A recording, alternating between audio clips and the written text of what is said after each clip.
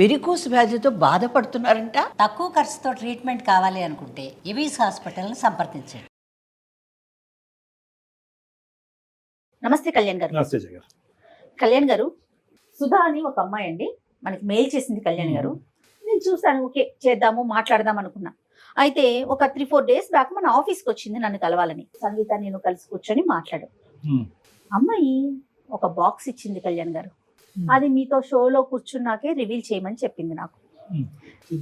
First ముందు box చూసేద్దాం. సంగీత box ఇటీమా. ఈ బాక్స్ తనే తీసుకొచ్చింది కళ్యాణ్ గారు. ఒకసారి ఓపెన్ చేస్తారా? గట్టిగా వేసి ఇచ్చింది. మొత్తం అంత ఫోటోగ్రాఫ్స్ ఉన్నాయమ్మా. చూడండి కళ్యాణ్ గారు ఒకసారి. ఓ మై గాడ్, ఇదేంటమ్మా ఇవన్నీ మనకెందుకు? ఏంటి ఇవన్నీ? ఒక్కసారి అసలు మీరు చూస్తేనే తెలుస్తుంది. ఏంటిది పూర్తిగా అంటే ఆ అమ్మాయికి సంబంధించిన కథ మొత్తం. ఏంటమ్మా ఇవన్నీ? ఇందులో ఉన్న అమ్మాయి మనకి ఈ బాక్స్ ఇచ్చిన అమ్మాయి ఒకటేనా? ఒకటేనండి. ఇది మన కళ్ళతో మనం చూడలేము. చూడలేని చాలా భయంకరంగా ఉన్నాయి కళ్యాణ్ గారు. బా చిచి. ఓ మై గాడ్, అన్ని ఇవే. వాళ్ళ హస్బెండ్ తో తీసుకున్న ఫోటోసా లేదంటే అలా? ఇంకా అది మనకి మీకు ఆ ఫొటోస్ చూస్తుంటేనే అర్థమవుతుందండి. అది అంటే ఆ అమ్మాయికి ఎవిడెంట్ గా ఉండి ఇంక ఇది ఓపెన్ చేస్తే ఆ అమ్మాయి ఇంకా కళ్ళు బయలుగా చచ్చిపోద్దేమో అనే భయంతో మనకి ఇచ్చిందండి. నువ్వు చూసావమ్మా అంటే ఇది వేరే వాళ్ళ ద్వారా నా దాకా వచ్చింది మేడం, నేను చూశాను అనేసి అనింది. అయ్యో రామా, నేను చూడలేను కళ్యాణ్ గారు. అది చూస్తేనే అర్థమైపోతుంది. ఇవన్నీ ఆడియోస్ ఉన్నాయి, వీడియోస్ ఉన్నాయి మేడం. ఇంత దరిద్రం. ఇదేదో ఎక్స్ మూవీస్ ఏదో అంటారు చూడండి, ఆ పార్న్ మూవీస్ లా ఉన్నాయి ఇవన్నీ. ఇంత దరిద్రంగా ఈ అమ్మాయి మనకి ఇవ్వడానికి కారణం ఏంటి? ఏదో చాలా అంటే కారణం ఏంటంటే కళ్యాణ్ గారు, ఆపేయండి. అవి చూస్తే మీకే అర్థమైపోతుంది మేడం నేను ఎంత బాధపడుతున్నానో, నా ఇబ్బంది ఏంటో మీకే తెలుస్తుందండి. మరి రామ కళ్యాణ్ గారితో మనం మాట్లాడదామన్న రోజు నేను డైరెక్ట్ గా రాలేను మేడం, ఏమనుకోవద్దు. కావాలంటే నేను నా బాధని నేను ఫోన్ కాల్లో నేను చెప్పుకుంటాను, నాకు ఒక పరిష్కారం కావాలి అనేసి అనింది ఆ రోజు. తప్పకుండా ఒకసారి కాల్ చేస్తాను. హలో ఎవరండి? సుధామ్మ, నేను జయాని అందమైన జీవితం ప్రోగ్రామ్ నుంచి కాల్ చేస్తున్నాను. నమస్తే మేడం. నమస్తే అమ్మా. నమస్తే అమ్మ. సుధా, నువ్వు మొన్న కలిసి నాతో మాట్లాడావు, ఫొటోస్ అండ్ పెన్ డ్రైవ్లు ఒక బాక్స్ లో ఇచ్చావు. అవి కళ్యాణ్ గారి ముందే రివీల్ చేయమని చెప్పావు కదా? అవును మేడం. ఓకే, ఇప్పుడే కళ్యాణ్ గారు చూసారమ్మా నాతో పాటు. ఒకసారి మాట్లాడతావా డాక్టర్ గారితో? మాట్లాడతాను మేడం. ఓకే అమ్మా. సుధా నమస్తే అమ్మా. నమస్తే సార్.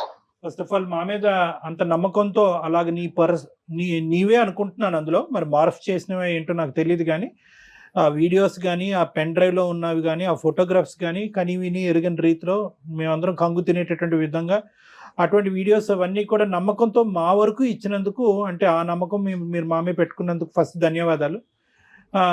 కానీ ఇవి మేము చూడలేకపోయాం. అంటే ఆల్మోస్ట్ ఒక 30-40 ఫోటోగ్రాఫ్స్ పైనే ఉన్నాయి, ప్లస్ 2 పెన్ డ్రైవ్స్ ఉన్నాయి. ఒక పెన్ డ్రైవ్ చూసేటప్పటికే మాకు దీంట్లో ఏదో చాలా భయంకరమైనటువంటి కథ ఉంది అని చెప్పి ఇంక అక్కడితో, ఎందుకంటే జయ గారు ఇక్కడ నేను ఇద్దరు కూడా అది క్లోజ్ చేసి డైరెక్ట్గా నీతో మాట్లాడటానికి ఇది ఉన్నది.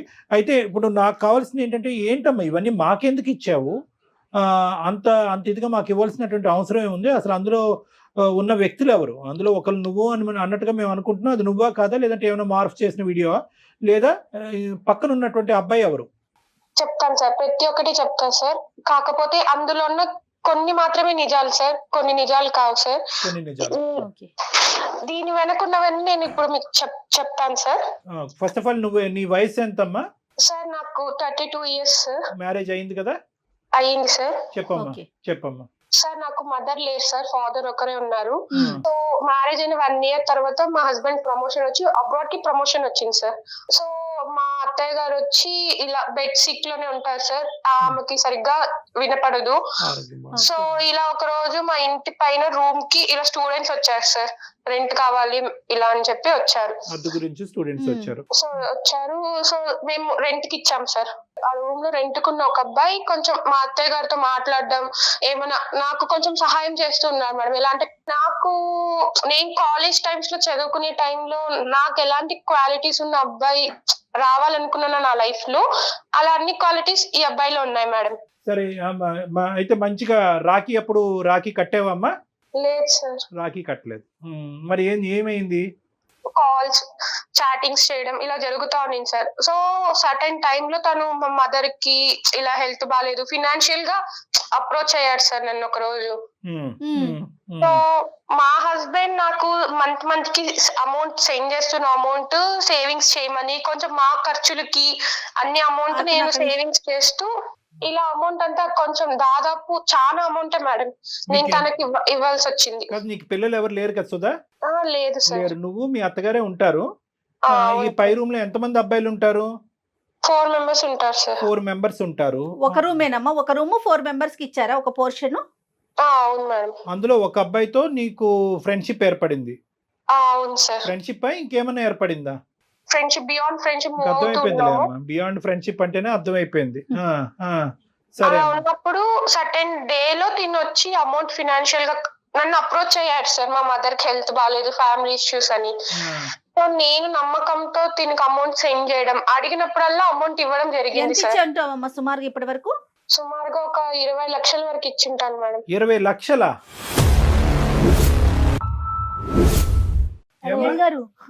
ఎంత టైంలో మిమ్మల్ని ఇచ్చేవి 20 లక్షలు? ఎంత సంపాదిస్తాడు మీ ఆయన? 20 లక్షలు నువ్వు ఇక్కడ సేవ్ చేసి ఇతనికి దారదత్తం చేయడానికి ఖర్చులకే చాలా వరకు అవుద్ది కదా అక్కడి నుంచి వచ్చేవి. అంటే అతను మంచి పొజిషన్ లోనే ఉన్నాడా మీ హస్బెండ్ అక్కడ? వాళ్ళు well settled family sir. Settle family. మొత్తం అంతా డబ్బు నీ చేతుల్లో పెట్టాడు ఒక నమ్మకంతో. అవును సార్. సరే సరే. ఆ పెద్ద ఆవిడ ఇంట్లోనే ఉంటది. ఆవిడకి ఏమైనా హాస్పిటల్ ఖర్చులు అవన్నీ ఉంటాయమ్మా మీ ఇంట్లో ఉండే మీ అత్తగారికి? అంటే ఒక 3 months కి 4 months కి హాస్పిటల్ చెకప్ ఉంటుంది అంతే సార్. బాగోగులన్నీ నువ్వే చూసుకుంటా ఉంటావు? నేనే చూసుకుంటా ఉంటా సార్. సరే. ఇప్పుడు కాదు, ఇప్పుడు డబ్బులు పంపించటం, ఎదోకి డబ్బులు ఇవ్వటం ఇవన్నీ పక్కన పెట్టమ్మా. నేను అడిగేది ఏంటంటే అసలు ఫస్ట్ ఆఫ్ ఆల్ ఒక నమ్మకంతో ఒక భర్త పై దేశాలకు వెళ్ళి అతని కళలు నిరూపించుకోవటానికి లేదంటే ఆర్థికంగా స్థిరపడటానికి చెమటోడ్చి దేశం కాని దేశం ఆ మిడిల్ ఈస్ట్ దేశాలు ఎలా ఉంటాయి నీకు తెలుసు కదా. ఇక్కడి నుంచి ఏదో అక్కడ ఏటీఎంల మెషిన్లు పుట్టుకొచ్చినట్టుగా మనం ఊహించుకుంటాం. అక్కడ కింద మీద నీళ్లు నిద్ర ఆహారాలన్నీ మానుకుని ఆ ఎడారుల్లో పని చేసుకుని ఇక్కడ కష్టపడి పంపిస్తూ ఉంటారు. పోనీ అక్కడతో నీ బాధ్యత ఇంకా పెరుగుతుంది కానీ ఇంకా దిగజారుడేంటమ్మా? కాలేజ్ డేస్లో ఆ లుక్తో ఉన్నటువంటి వాడు, ఆ విధంగా నచ్చినటువంటి వాడు, ఆ కళలు తీర్చినటువంటి వాడు, ఆ కోరికలు తీర్చినటువంటి వాడు ఏంటమ్మా? టీనేజ్ అనేది ఏ ఏజ్? 32 ఏళ్ళటండి. నీ ఏజ్ ఏంటి? నువ్వు చేసే పనులు ఏంటి? అసలు ఎవడు వాడు? మళ్ళీ మీరేమొచ్చి పెద్ద పెద్ద బాక్సులు తీసుకొచ్చి మాకు ఇస్తారా చండాలం అంతా మాకు చూపెట్టడానికి? ఆ బాక్సుల్లో ఉన్నవాడు ఎవడు అమ్మా? ఆ వీడియోలో ఉన్నవాడు, ఆ ఫోటోల్లో ఉన్నవాడు ఎవడు? మీ భర్త కాదు సార్. అంటే హస్బెండ్ దూరంగా ఉండి సో ఇతను చూపించే కేరింగ్ కి, ఇతను చూపించే ప్రేమకి నువ్వు కొట్టుకుపోయావు. సరే, ఏమైంది? ఆ కేరింగ్, ఆ ప్రేమ నువ్వు ఎన్ని పర్యాపదాలు వాడినా మేము మాత్రం అది డాష్ సంబంధమే అని అంటాం మేము. నువ్వు దానికి పులియారు కలపద్దు. ఇప్పుడు ఏంటంటే దాన్ని ఎన్ని రకాలుగా పెయింట్లు వేసినా కూడా మేము అనేది ఆ డాష్ సంబంధమే అని అంటాం. ఆ పదం కూడా మేము వాడటానికి ఇష్టపడం. సరే, నచ్చాడు, కేరింగ్ గా ఉన్నాడు, పోస్ట్ ఆఫీస్కి తీసుకెళ్ళాడు, బ్యాంకు పట్టుకెళ్ళాడు, ఇంకేమన్నా చేశాడు కాబట్టి నేను కరిగిపోయాను, ఇది అయిపోయాను. ఎందుకమ్మా? సార్ నా భర్త అక్కడ ఉన్నాడు కాబట్టి నా కోరికలు తీరక నేను వాడికి తలదించానని చెప్పాలి కదా. ఇంకేముంది ఇందులో సబ్జెక్టు? పిచ్చి పిచ్చిగా మాట్లాడుకునేది.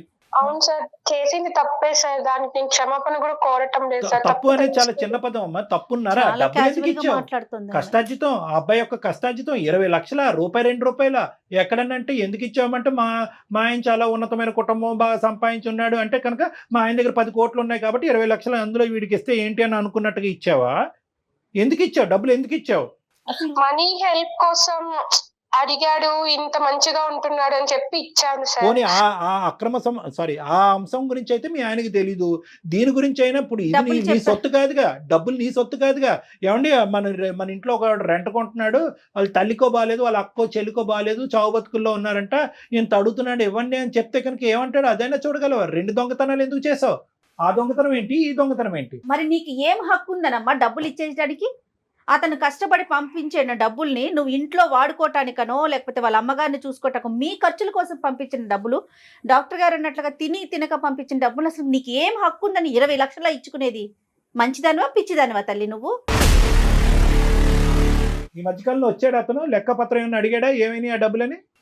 రాలేదు లేదు సార్, మా ఆయన ఒక రోజు కాల్ చేసి ఇలా ఒక ల్యాండ్ కొంటున్నాము, రిజిస్ట్రేషన్ అమౌంట్ కి మా ఫ్రెండ్ వచ్చి తీసుకుంటాడు, సో అమౌంట్ అంతా రెడీగా సెట్ చేసి పెట్టుకో అన్నారు. పిచ్చోడు సంవత్సరం ముందన్న ల్యాండ్ కొన్నాడు కాదు 20 ఓకే, అక్కడ బయటపడింది విషయం అంతేనా?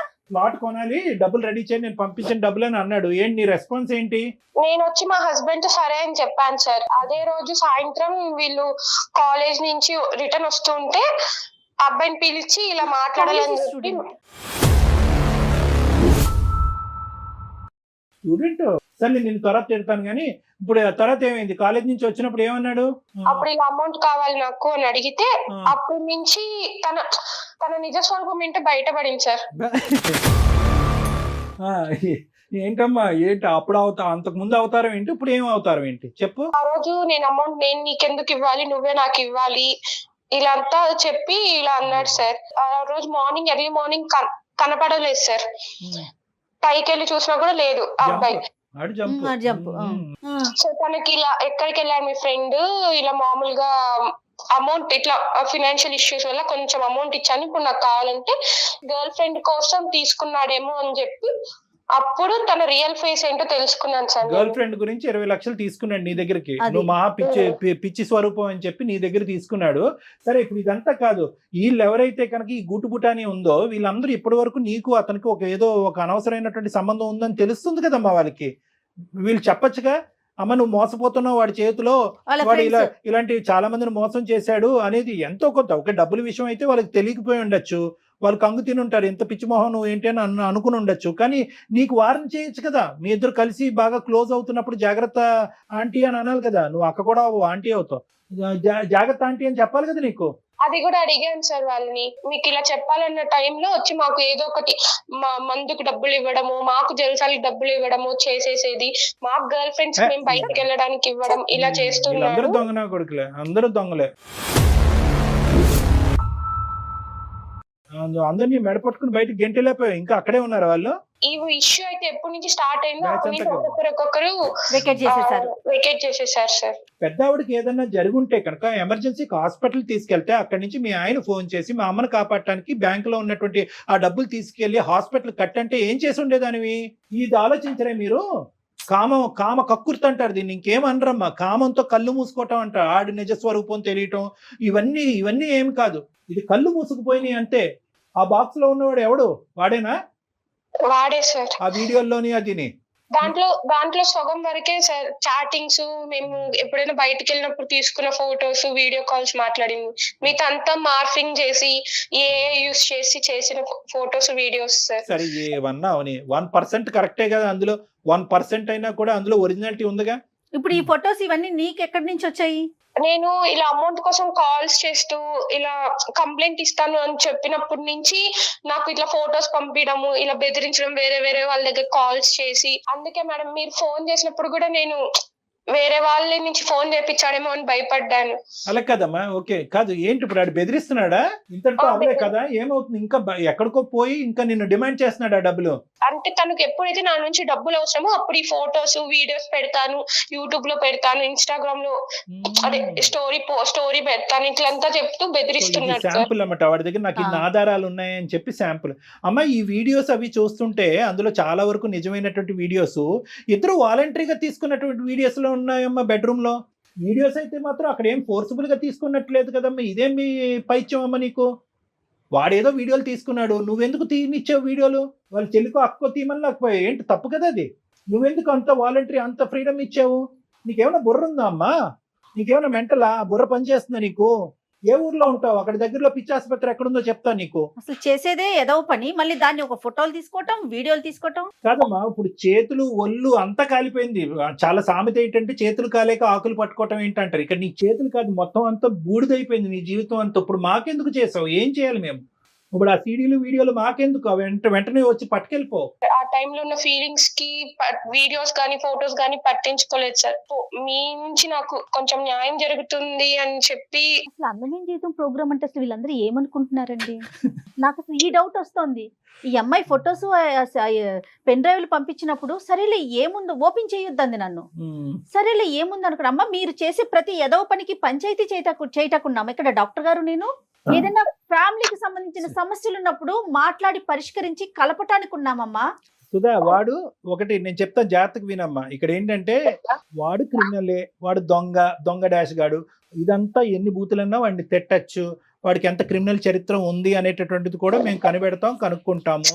కానీ ఇక్కడ ఏంటంటే నిజంగా ఈ రోజు డబ్బులు అవసరం అనేటటువంటిది మీ ఆయన వేలెత్తి చూపెట్టకపోతే నువ్వు మా దగ్గరకు వచ్చి ఉండేదానివా? లేదు సార్. అయిపోయి వాడు పెద్ద పోకిరిగాడు. మొత్తం ఉన్న నలుగురికి అందరికీ తెలుసు వాడు ఎంత పోకిరిగాడు. డబ్బులు అనేది సెకండరీ ఇష్యూ, బ్లాక్ మెయిల్ అనేది అలాంటి వాడు నీతో పాటు వీడియోలు నువ్వు పక్కన పడుకుండగా ఫోటోలు వీడియోలు తీస్తున్నాడు అంటే కనుక ఎందుకు తీస్తున్నాడు అనేటటువంటి ఇంగితం జ్ఞానం ఉండాలి. దగ్గర సుమారుగా 6 నెలల నుంచి సంవత్సరం పాటు కంటిన్యూస్ గా పగలనక రాత్రి అనక బ్లూ ఫిల్మ్లు తీసుకున్నారు మీ ఇద్దరు. బ్లూ ఫిల్మ్లు తీసుకున్నారు. ఇంకేం చెప్పాలమ్మా దీని గురించి మాట్లాడేది? ఏ విధంగా నీకు న్యాయం చేయాలి నువ్వు తవ్వుకున్నటువంటి గొయ్యిలో? ప్లీజ్ సార్, టెన్షన్ అవుతుంది సార్. మనీ ఎలాగైనా ఆ ఫోటోస్ వీడియోస్ తన దగ్గర నుంచి లేకుండా ఎలాగైనా మనీ ఇప్పించండి సార్. ఈ విషయం మాత్రం మా హస్బెండ్ కి తెలియకూడదు సార్. So please sir. నీకు ఇప్పుడు ఎన్ని న్యాయాలు చేయాలి చూడు. మనీ ఇప్పించాలి, ఫోటోలు వెనక్కి తిరిగించాలి, కానీ నీ పోగొట్టుకున్నటువంటి ఒక పవిత్రమైనటువంటి శీలం ఏదైతే ఉందో చూడు, నీ భర్తకు సంబంధించినటువంటి ఒక ముఖ్యమైనటువంటి అంశం, ఇవన్నీ ఇప్పించాలి. ఫైనల్ గా నీ భర్తకి చెప్పాలా వద్దా అది కూడా చెప్పు. ప్లీజ్ సార్, నన్ను మీరు తిట్టండి కొట్టండి సార్, కానీ మా హస్బెండ్ కి మాత్రం తెలియకూడదు సార్. ఇదే న్యాయం అమ్మా. అది మేము ఒక నీతిగా చేసేటటువంటి కార్యక్రమంలో అతనికి ఎందుకు చెప్పకుండా ఉండాలి? వద్దు సార్, ప్లీజ్ సార్. నా పైన ఉన్న నమ్మకం పోతుంది సార్ తనకి. సరే, ఇప్పుడు ఏం చేద్దామంటే ఫస్ట్ మీ ఆయనకి చెప్పాలా లేదా అనేది తర్వాత అంశం. అది కొద్ది మనం పర్సనల్ గా కూర్చుని మాట్లాడుకునే అంశము. ఇదేంటి ఇప్పుడు ఏం చేయాలి? ఇప్పుడు దేనికి? ఒకసారి మీరు ఆ అబ్బాయితో మాట్లాడండి సార్. వాడితో మాట్లాడాలి. నువ్వు ఫోన్ కలుపుతావా? కలుపుతాను సార్. సరే, ఫోన్ కలిపి ఇమీడియట్ గా మేము ఎవరు అనేది రివీల్ చేయొద్దు. మేము సీక్రెట్ గా లైన్ లో కాన్ఫరెన్స్ లో ఉంటాము. అసలు వాడి నిజ స్వరూపం ఏంటో, అసలు నీతో ఏ స్టైల్లో మాట్లాడుతున్నాడో విందాం. అసలు నువ్వు చెప్పేది నిజమా, వాడు చెప్పేది అన్న, అది మాకు కూడా తెలియాలి. కాబట్టి అసలు మేము ఉన్నాం అనేది చెప్పకు వాడితో. Okay madam. అతని పేరేంటి? సాయి సార్. సాయి. మళ్ళీ ఇవే పేర్లు పెట్టుకుంటారు వీళ్ళు. దరిద్రం అంతా. పెట్టేయమ్మా. आप जिस व्यक्ति से बात कर रहे हैं उसने आपकी कॉल को होल्ड पर रखा है, कृपया लाइन पर। హలో చెప్పాలి. ఎందుకు ఫోన్ చేసావు చెప్పు. ఒక 4-5 months లో వస్తారంట. అమౌంట్ ఎప్పుడు ఇస్తావు? ఇప్పుడు అదంతా కాదు కానీ ఒక 50,000 అంటే కొట్టి తర్వాత చూసుకుందాం. ఇంకా ఎన్ని లక్షలు, ఇంకా ఎన్ని వేలు లక్షలు నేను నీకు పంపించాలి? అవన్నీ కాదు, నువ్వు మీ మదర్ కి హెల్త్ బాగాలేదని చెప్పి తీసుకున్నావు. ఇప్పుడు నేను కష్టమైన పరిస్థితిలో ఉన్నప్పుడు నువ్వు నాకు హెల్ప్ చేయాలి కదా. ఇప్పుడు అదంతా స్టోరీ వద్దు కానీ ఒక 50,000 అంటే పంపు తర్వాత చూద్దాం. అలా కాదు, ఏ రోజైనా నేను నిన్ను ఇంత అడుగుతున్నావు ఎందుకు ఏమి అని అడిగానా? నువ్వు ఎంత అడిగితే అంత అమౌంట్ ఇచ్చాను. కొంత అమౌంట్ అకౌంట్ కి సెండ్ చేశా, కొంత అమౌంట్ చేతులకి ఇచ్చాను. నువ్వు నాకేం ఊరికనే ఇవ్వలేదు కదా. కనీసం రెంట్ కూడా తీసుకోలేదు కదా మీ దగ్గర నుంచి నేను. నువ్వు నాకేం ఊరికనే ఇవ్వలేదు కదా. ఊరికనే ఇవ్వకపోయినా ఇప్పుడు నేనున్న పరిస్థితిలో ఇంకా మా హస్బెండ్ వస్తాడు అనే టైంలో నువ్వు నాకు హెల్ప్ చేయకుండా ఉంటే ఇప్పుడు అంతా కాదు, 50,000 కొడుతున్నావా కొట్టవా? ఇప్పుడు ఏంటి సార్, నాకు హెల్ప్ చేస్తావా చేయవా? నేను నీకు డబ్బులు ఇవ్వను, నాకు 50,000 కొడతావా కొట్టవా అది చెప్పు నాకు. ఇప్పుడు నేను కొట్టలేని పరిస్థితిలో ఉన్నా సార్. కొట్టకపోతే నువ్వు ఏం చేస్తావు? నీ ఫ్యామిలీ మెంబర్స్ అందరికి నీ వీడియోలు పంపిస్తా, ఇంక్లూడింగ్ మీ హస్బెండ్ తో సహా. ప్రతిదీ నా దగ్గర ఎవిడెన్స్ ఉంది. మన ఇద్దరం దిగిన ఫొటోస్ ఉన్నాయి, వీడియోస్ ఉన్నాయి, మన ఇద్దరం ఫిజికల్ గా కలిసిన వీడియోస్ కూడా నా దగ్గర ఉన్నాయి. ఒక రీల్ పంపించానంటే చాలు, ఆలోచించాల్సిన అవసరం లేదు. ఇంకా ఆయన వదిలేసిపోతాడు. ఇంకా ఇప్పుడు నేను ఎంత తప్పు చేశానో అందులో నువ్వు కూడా అంత తప్పు చేసావు కదా సార్. ఇప్పుడు ఈచ్ అండ్ ఎవ్రీథింగ్ నా దగ్గర ఉంది కదా. నేను ఎందుకు కాదు మంగత్తల్లి, నేను తప్పు చేయడం కాదు, నువ్వు తప్పు చేసావు. నాకు పెళ్లి అవ్వలేదు, ఒక పెళ్లి అవ్వలేని కుర్రని అట్రాక్ట్ చేసింది నువ్వు, నేను కాదు తప్పు చేసింది. అట్రాక్ట్ చేయడం నీ తప్పు, అట్రాక్ట్ అవడం నా తప్పు కాదు. చెప్పు సాయి, ఇప్పుడు ఏం చేయమంటావు? ఏం చేయమండి, 50,000 పంపితే నువ్వు సేఫ్ గా ఉంటావు, లేదంటే మీ హస్బెండ్ కి పంపిస్తాను అంతే. నేను పంపించాలి, ఏం చేస్తావు సాయి? నాకు ఇప్పుడు నీకు అమౌంట్ సెండ్ చేసే పరిస్థితిలో కూడా నేను లేను, కట్టను. నేను అంటే అలాగా హస్బెండ్ అడుగు, మీ హస్బెండ్ అడుగు, ఏదో కొనుక్కుంటాను అడుగు, అది కావాలని అడుగు, డబ్బులు పంపమని అడుగు. హలో సాయి. సాయి ఎవరికి వెళ్ళిపో, లైన్ లో ఎవరున్నారు? ఆ అమ్మాయి చెప్పలేదు బాబు. సాయి సార్ ఎవరు సార్ మీరు? నేను ఎవరో మా ఫోన్లో చెప్తాను. మీరేంటి? కాదు మా దగ్గర ఏంటంటే సుధా కొన్ని చెక్స్ ఇచ్చి వెళ్ళింది మీకెమ్మని, సంతకాలు పెట్టి బ్లాంక్ చెక్స్ కొన్ని ఇచ్చి వెళ్ళింది. దాంతో పాటు ఒక 5 నిమిషాల్లో చెప్తాను నీకు. సాయి 5 నిమిషాల్లో చెప్తాను నీ పని. అలా కాదు, ఎవరో చెప్పు. చెప్దులేమ్మా సాయి. కాదు చెక్కులు సార్ ఇలా బెదిరిస్తారు. బెదిరించడం కాదు, చెక్కులు ఇవ్వడానికి మేము ఇబ్బంది పడుతుంటే సంతకం పెట్టిన చెక్కులు ఇచ్చింది, దాంతో పాటు ఒక కార్డ్బోర్డ్ బాక్స్ ఒకటి ఇచ్చింది. ఈ రెండు నీకు గిఫ్ట్ ఇవ్వమని చెప్పి మాకు చెప్పి ఇక్కడ వదిలేసి వెళ్ళింది. సో మీకు ఇవ్వడానికి మేము ఫోన్ చేసాం. మరి వచ్చి తీసుకోవాలి కదా సార్ నువ్వు. మీరు అనుకునే వ్యక్తి నేను కాదు సార్. కాదు వచ్చి తీసుకోనా తమ్ముడు, నీకు డబ్బులు అవసరంలో ఉన్నాయన్నావు కదా. 50,000 ఎందుకు, 50 లక్షలు రాసిద్దాం, ఎంతన్నా ఫిగర్ రాసుకోమని దాని మీద. సార్ మీరు అనుకునే వ్యక్తి నేను కాదు sir. Sorry, wrong number. Wrong number కాదమ్మా, రైట్ నెంబర్. ఇది రైట్ నెంబర్. ఒక నిమిషం ఆగు. నువ్వు అనుకున్నట్టుగా మా దగ్గర చెక్కులో లేదంటే బాక్స్ లో లేవు, దానికి మించినటువంటి వార్తలు ఉన్నాయి కొన్ని. మా పేరు డాక్టర్ కళ్యాణ్ చక్రవర్తి. నేను అందమైన జీవితం అనే కార్యక్రమం సుమన్ టీవీ నుంచి మాట్లాడుతున్నాను. నాతో పాటు సీనియర్ హోస్ట్ జయ గారు కూడా ఇక్కడ ఉన్నారు. మేము ఒక ముఖ్యమైనటువంటి కార్యక్రమాన్ని నుంచి ఫోన్ చేస్తున్నాం, నువ్వు దయచేసి ఫోన్ పెట్టేయద్దు. ఏంటి సార్ అది? నేనేం చేశాను సార్? రైట్, నేను కొన్ని చెప్తాను. Latest breaking news. నీ పూర్తి పేరు సాయి కాదు, సాయి వంశీ కృష్ణ నీ పూర్తి పేరు. నువ్వు జీడిమెట్లలో రెసిడెంట్. నీ మీద ఆల్రెడీ చాలా కేసులు బుక్ అయినాయి. ఉదాహరణ నేను ఒకటి చెప్పాలి అంటే కనుక ఎఫ్ఐఆర్ నెంబర్, ఈ కేసు మీద, ఈ ఎఫ్ఐఆర్ మీద నీ మీద ఆల్మోస్ట్ 3 నుంచి 4 అమ్మాయిలు కంప్లైంట్ పెట్టారు. ఒక అమ్మాయి ఏమొచ్చి ఫోర్సిబుల్ రేప్ అనేటటువంటి ఒక కంప్లైంట్ పెట్టింది. ఇంకొక అమ్మాయి ఏమొచ్చి నువ్వు ఇలాగ అశ్లీలంగా వీడియోలు చేసి ప్రచారం చేసావు అనేటటువంటిది ఇంకో అమ్మాయి కేసు పెట్టింది. ఇంకో అమ్మాయి ఏమొచ్చి నువ్వు ఆర్థికంగా అమ్మాయిని మోసం చేసావని చెప్పి కేసు పెట్టింది. ఇంకో అమ్మాయి ఏమొచ్చి నువ్వు బస్సులోనో ట్రైన్లోనో తాక్కున్నట్టు చోట అమ్మాయిని తాకి హింస పెట్టావని కేసు పెట్టింది. 4 అమ్మాయిలు కేసులు పెట్టారు నీ మీద. మీరు నాకెందుకు చేశారు? తొక్కలోడిది. నీకు ఫోన్ చేయడం ఏంటి? ఎవరు ఫోన్ చేయాలి నీ మీద? అప్పుడు ఆ అమ్మాయి ఒక పెద్ద పిచ్చది. ఈ అమ్మాయి ఒక పెద్ద మెంటల్ కేసు. ఈ అమ్మాయి చాలా మంది లిస్టులో ఉండేటటువంటి ఆడపిల్లలాగే ఈ అమ్మాయిని కూడా వాడుకున్నావు. వాడుకోవటంతో పాటు 20 లక్షల వరకు ఆ అమ్మాయి దగ్గర నుంచి మాయ మాటలు చెప్పి తీసేసుకున్నావు. అరే తల్లి గురించి మాట్లాడుతున్నావు, పదే తల్లి సెంటిమెంట్ తీసుకొస్తున్నావు. తల్లికి ఆరోగ్యం బాగాలేదు కాబట్టి, ఆ అమ్మాయికి తల్లి లేదు కాబట్టి నీకేమొచ్చి ఆ డబ్బులు ఇచ్చింది. సరే మొగుడు లేడు కాబట్టి ఇంకో పని కూడా చేసింది. అది చండాలం, మేము మా నోటితో మాట్లాడం. కానీ దాన్ని నువ్వు వీడియోలు చేసి ఫోటోలు చేసి నువ్వు ఇంకా డబ్బులు ఇవ్వాలి అనేటటువంటి విధంగా బ్లాక్మెయిల్ చేసి ఇప్పుడు మా కళ్ళు ఎదుర్కొంటేనే కదా. పోనీ ఆ అమ్మాయి చెప్పేది ఏదన్నా కట్టు కదా అంటే కనుక వేరే విషయం. డైరెక్ట్ గా మీరిద్దరు మాట్లాడేసుకుని ఉంటే కనుక మాకు ఫోన్ కలిపేసి ఉంటే అవే నాకు తెలియదు సార్ అని చెప్పి మాకు కబుర్లు చెప్పేసి ఫోన్ పెట్టేసి ఉండేవాడు. మేము లైవ్ లో విన్నాం నీ మాటలు. 50,000 కావాలి అర్జెంట్ గా, లేదంటే నేను మొత్తం అన్ని బహిర్గతం చేస్తాను, 4కి పంచి పెడతాను, అక్కడితో నీ పెళ్లి పెటాకులు అవుతుంది అని చెప్పి ఇలా ఎంతమంది అమ్మాయిలు నువ్వు మోసం చేసావు? సార్ నేను క్యాజువల్ గా అడుగుతాను సార్ అవన్నీ డబ్బులు, అంతేగాని ముందు నేను డబ్బులు తీసుకున్నా అన్నది అయితే నిజం కాదు సార్. ఏమా నువ్వు ఉన్నావా? ఉన్నాను సార్. నువ్వు మాట్లాడే తీరు చూస్తుంటే కనుక డబ్బులు ఫోటోలు సీడీలు అన్ని చేతిలోకి వచ్చిన తర్వాత ఎలా గిఫ్ట్ ఇవ్వాలో పెద్ద గిఫ్ట్ ఇస్తాను నీకు, చూడు. ఇచ్చుకో. పెద్ద గిఫ్ట్ ఇస్తానో చూడు నీకు. సార్ చూడండి సార్, ఇలా బెదిరిస్తుంటే ఏం చూసేదమ్మా? ఇక్కడ ఎవరిచ్చారో ఆడికి బలం, ఎవరు పోసారు ఆడి బండిలో పెట్రోల్? నువ్వు కదా.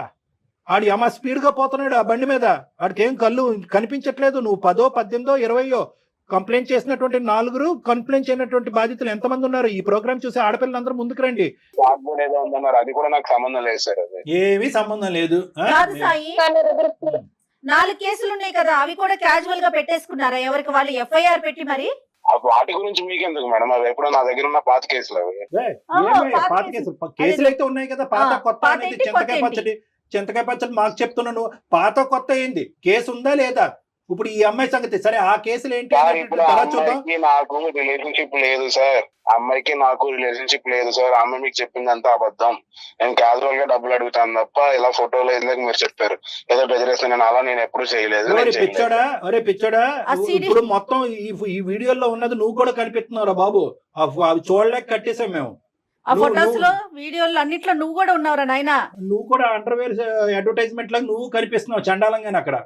మరి నువ్వు ఉన్నావు కదా అక్కడ, మరి నిన్ను మార్ఫ్ చేసి చూపెడుతున్నారని అంటావా?